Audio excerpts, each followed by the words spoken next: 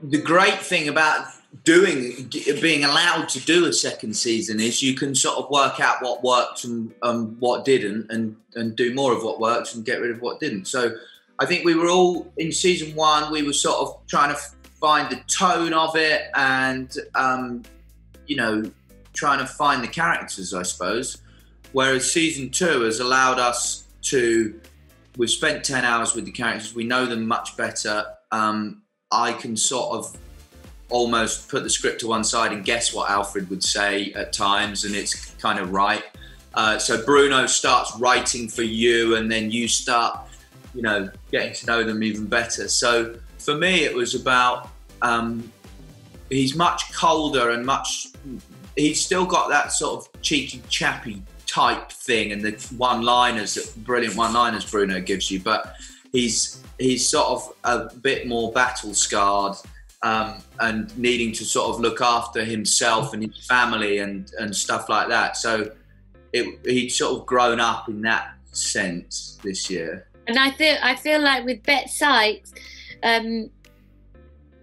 we saw a lot of her demonstrating, or other people demonstrating, their fear of her and her threatening sort of demeanour. But I feel like this season I've had the benefit and wanted to explore her vulnerability, and also a little bit more about why she is that way. And I think that in the context of like opening her up emotionally, she's been given a love interest, someone who strangely is reciprocating some of her feelings in a very disordered, codependent and unhealthy way, which is usually the case with people who have disorders. I think by having that vehicle, we get to see a bit more about how she's like us. She wants to feel loved and she wants to be acknowledged, and I think it sort of introduces in a much more obvious way and less subtle way that Bet is somebody who needs acknowledgement. Well, they're both working class, and the class system is very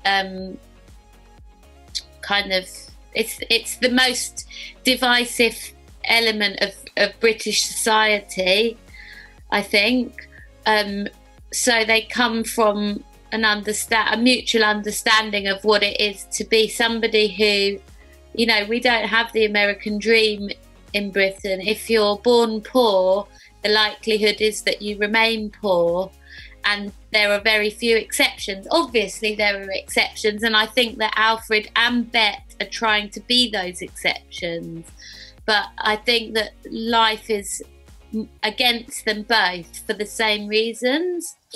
I also think as well that despite the reactions of everybody, and I think that people fear Bet a lot more because she's female, but actually their intentions are the same.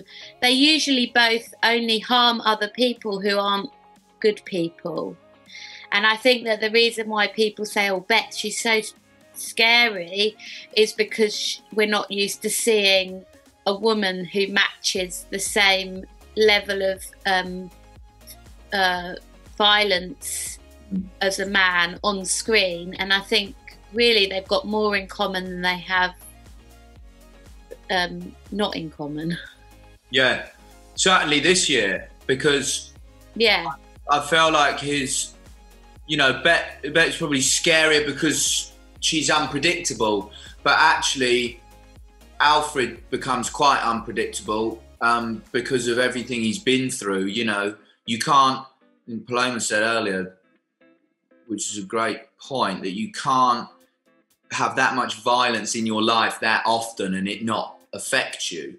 And I think we sort of start to see that in Alfred a bit more this year. And I think it sort of feeds into Bruno's always adding very subtle socio-political elements to his work, and I feel like it does feed into the idea of the attacked and the attacker being a very murky ground. And when you're, you know, there's a lot of references in the show about patriotism, but when you're a patriot, you often believe yourself to be attacked and cannot see that when you attack another person that is also the same thing. And I feel like this is like a microcosm, like a small version of that, being a bigger question about who's a villain and who's a hero, because the actions are the same.